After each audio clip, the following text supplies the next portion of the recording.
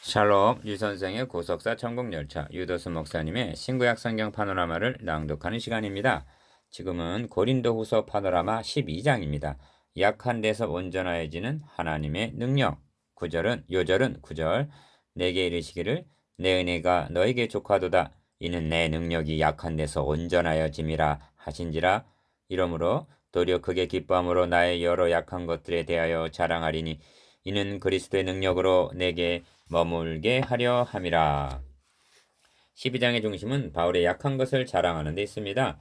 우리는 바울이 보았다는 환상과 계시에 초점을 맞추려 하지만 바울은 이내 내 육체에 사단의 사자를 주셨다 하고 자신의 연약함을 드러내므로 이를 거부합니다. 그리고는 내 은혜가 너에게 족하도다 하신 은혜에 시선을 집중하게 합니다. 거짓 교사들은 강한 것들이라 여겨지는 것들을 자랑했을 것입니다. 그리고 이를 통해서 바울을 공격했을 것입니다. 그런데 바울은 나의 여러 약한 것들에 대하여 자랑하리니 합니다. 왜 이렇게 하고 있는가? 주님께서 내 능력이 약한 데서 온전하여 짐이라 말씀하시기 때문입니다. 이는 위대한 역설입니다. 바울은 내가 약할 그때에 곧 강함이라를 통해서 10절 승리할 수가 있었던 것입니다. 그리하여 보라 이제 세 번째 너희에게 가기를 예비하였으나 하고 14절 자기 자신 만나기를 예비케 하고 있습니다. 이를 세 단어로 나눠 상고하겠습니다. 첫째 단어는 1절에서 10절 약함을 자랑하는 바울, 둘째 단어는 11절에서 18절 사도됨의 표, 셋째 단어는 19절에서 21절 너희의 덕을 세우기 위함이라. 첫째 단어는 1절에서 10절 약함을 자랑하는 바울, 내가 이런 사람을 위하여 자랑하겠으나 나를 위하여는 약한 것들 외에 자랑치 아니하리라. 5절 1. 첫째 단어는 무익하나마 내가 부득불 자랑하노니 주의 환상과 계시를 말하리라 하고 1절 환상과 계시로 시작을 합니다. 그런데 단원의 결론은 내가 약할 그때 곧 강함이니라 하고 역설로 끝을 맺고 있음을 유념해야만 합니다. 바울은 자신이 체험한 환상과 계시를 내가 그리스도 안에 있는 한 사람을 아노니 14년 전에 그가 셋째 하늘에 이끌려 간 자라 하고 2절 다른 사람이 이야기를 하듯이 3인칭으로 말씀합니다. 이는 매우 조심스럽게 말하고 있다는 증거입니다. 14년 전에 하는 표현을 통해서 드러나는 것은 14년 동안이나 이를 말하지 않고 있었다는 것이 됩니다. 그런데 이 시점에서 간직했던 비밀을 말씀하는 의도가 무엇인가? 이 무익하나마 내가 부득불 자랑하노니라는 말에 1절 상반절 그의 심정이 나타납니다. 무익한 줄, 즉 어리석은 일인 줄을 알지만 부득불, 즉 말하지 않을 수가 없어서 말한다는 것입니다. 그래서 11절에서는 내가 어리석은 자가 되었으나 너희가 억지로 시킨 것이니 하고 말씀하는 것입니다. 이 모든 것이 너희의 덕을 세우기 위함이니 합니다. 19절 하반절, 즉 너희 덕을 세우기 위해서라면 내가 어리석은 자가 되는 것도 감수하리라는 뜻입니다. 3. 그가 낙원으로 이끌려가서 말할 수 없는 말을 들었으니 사람이 가히 이르지 못할 말이로다 합니다. 5절 상반절. 여기까지 듣게 되면 사람들은 호기심이 발동하여 다음 말에 귀를 기울이게 마련입니다. 이를 알았기에 내가 만일 자랑하고자 하여도 어리석은 자가 되지 아니할 것은 내가 참말을 함이라. 그러나 누가 나를 보는 바와 내게 듣는 바에 지나치게 생각할까 두려워하여 그만두노라 하고 입을 다뭅니다. 6절 4. 이 감추었던 비밀은 반대자들에게 치명타를 가하는 것이라 할 수가 있습니다. 고린도전서에서도 그런 장면을 대하게 됩니다. 바울은 남을 가리키기 위하여 깨달은 마음으로 5마디 말을 하는 것이 1만마디 방언으로 말하는 것보다 나으니라 말씀합니다. 이런 말을 듣게 되면 방언을 선호하는 자들은 속으로 방언을 못하니까 저런 말을 한다 생각하기 마련입니다. 그들을 향해서 내가 너희 모든 사람보다 방언을 더 말함으로 하나님께 감사하노라 하고 결정타를 날립니다. 고린도전서 14장 18절에서 19절 덜 떨어진 사람들은 환상을 보았느니 계시를 받았느니 말했을 것입니다. 그들을 향해서 내가 낙원을 이끌려가서 말할 수 없는 말을 들었다 하고 저들의 입을 다물게 만듭니다. 환상과 계시 1. 그런데 바울은 여기서 멈추는 것이 아니라 내 육체의 가시 곧 사단의 사자를 주셨으니 하고 자신의 약점을 드러냅니다. 7절 이런 말은 되도록 하지 않는 것이 도움이 되는 것이 아닙니까? 그러나 바울은 나는 이처럼 연약한 질그릇에 불과하다. 비난하려면 비난을 퍼부어라 하고 말하고 있는 셈입니다. 이 말을 하지 않았다면 모든 시선이 바울에게 집중되어 나를 보는 바와 내게 듣는 바에 지나치게 생각하게 되었을 것입니다. 6절 바울은 자신을 바라보려는 시선을 내 은혜가 너에게 족하다 말씀하시는 9절 주님께로 향하게 하는 것입니다. 이 자고하지 않게 하시려고 바울의 몸에 허용하셨다는 사단의 사자가 무엇일까? 많은 추측이 가해지고 있으나 부질없는 일입니다. 그냥 사탄의 사자로 족한 것입니다.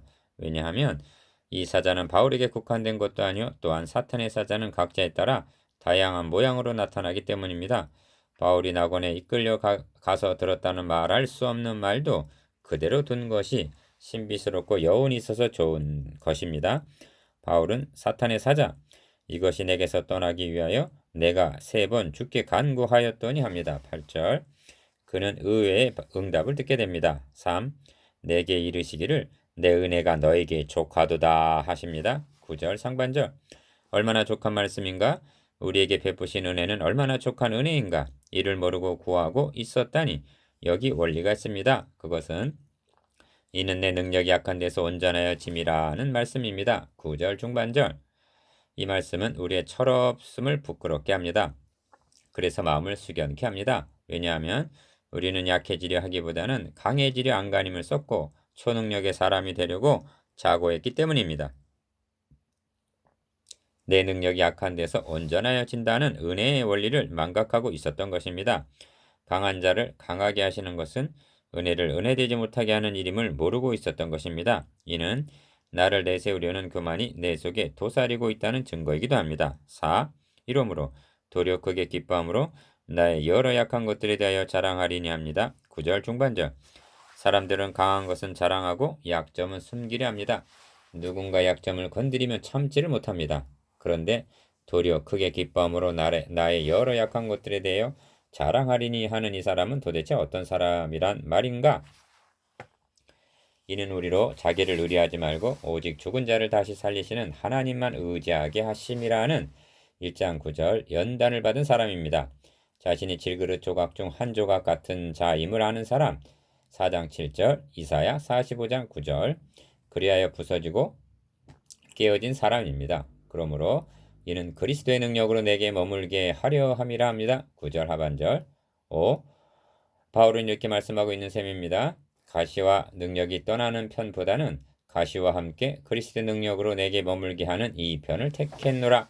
이러므로 내가 그리스도를 위하여 약한 것들과 능력과 궁핍과 핍박과 곤란을 기뻐하노니 이는 내가 약할 그때 곧 강함이니라 합니다. 10절 얼마나 큰 깨달음인가 얼마나 위대한 선언인가. 이는 모든 복음 전도자들의 구호가 되어야 할 선언입니다. 둘째 단원 11절에서 18절 사도됨의 표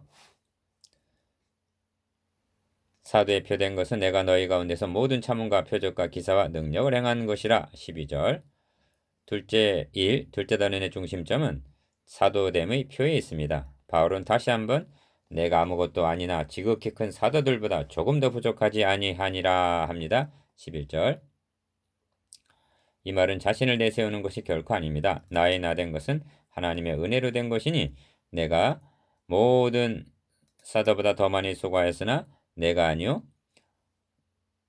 오직 나와 함께 하신 하나님의 은혜로라는 말씀입니다. 고린도전서 15장 10절 그렇다면 바울의 사도됨의 표가 무엇이라고 말씀하는가? 이 의외라 쉽게 첫째가 내가 너희 가운데서 참음가 하고 참음을 들고 있습니다. 의외라는 말을 했지만 실은 의외가 아니라 가장 핵심적인 표라 할 수가 있습니다. 참 목자와 거짓 목자의 본색은 시련과 환난의 때에 드러납니다. 거짓 목자는 위험하고 불리하다 싶으면 도망을 갑니다. 주님은 말씀하십니다.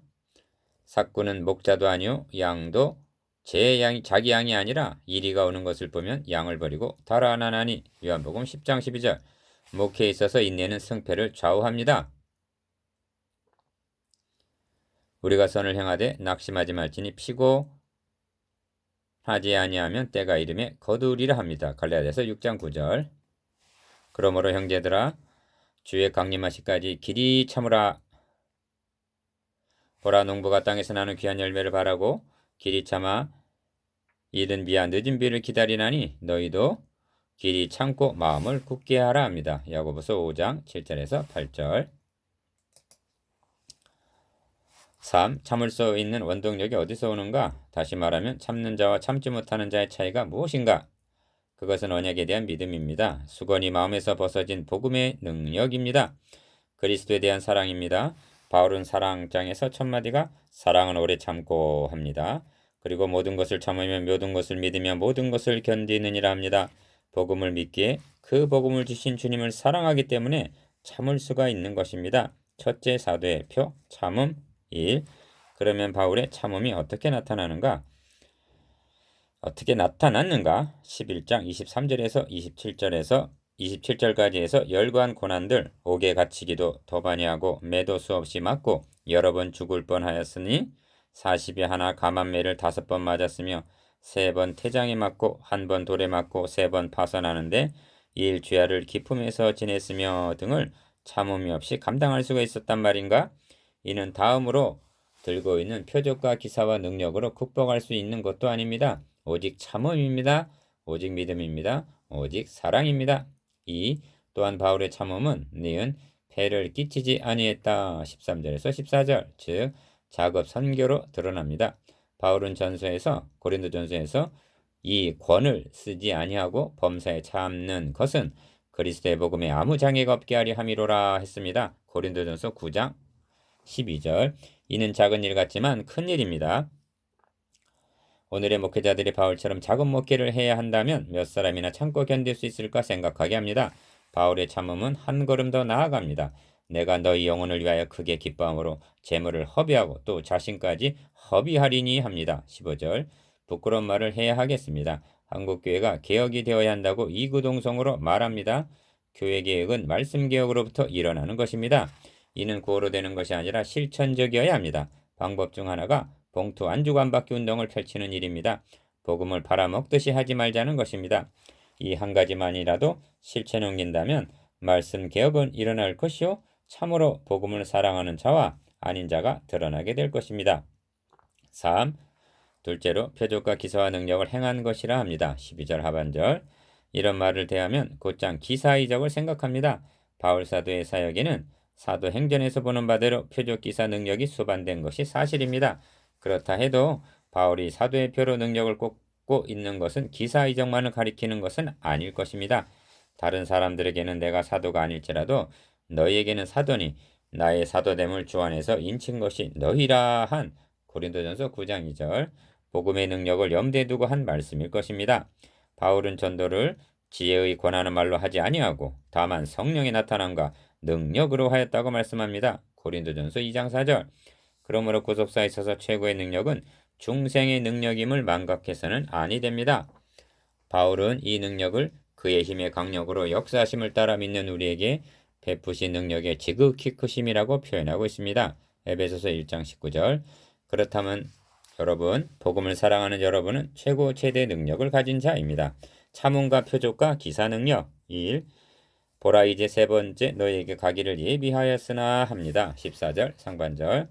첫 번 방문은 제2차 선교여행 당시 처음 복음을 전하러 간 것이고 사도행전 18장 1절에서 17절.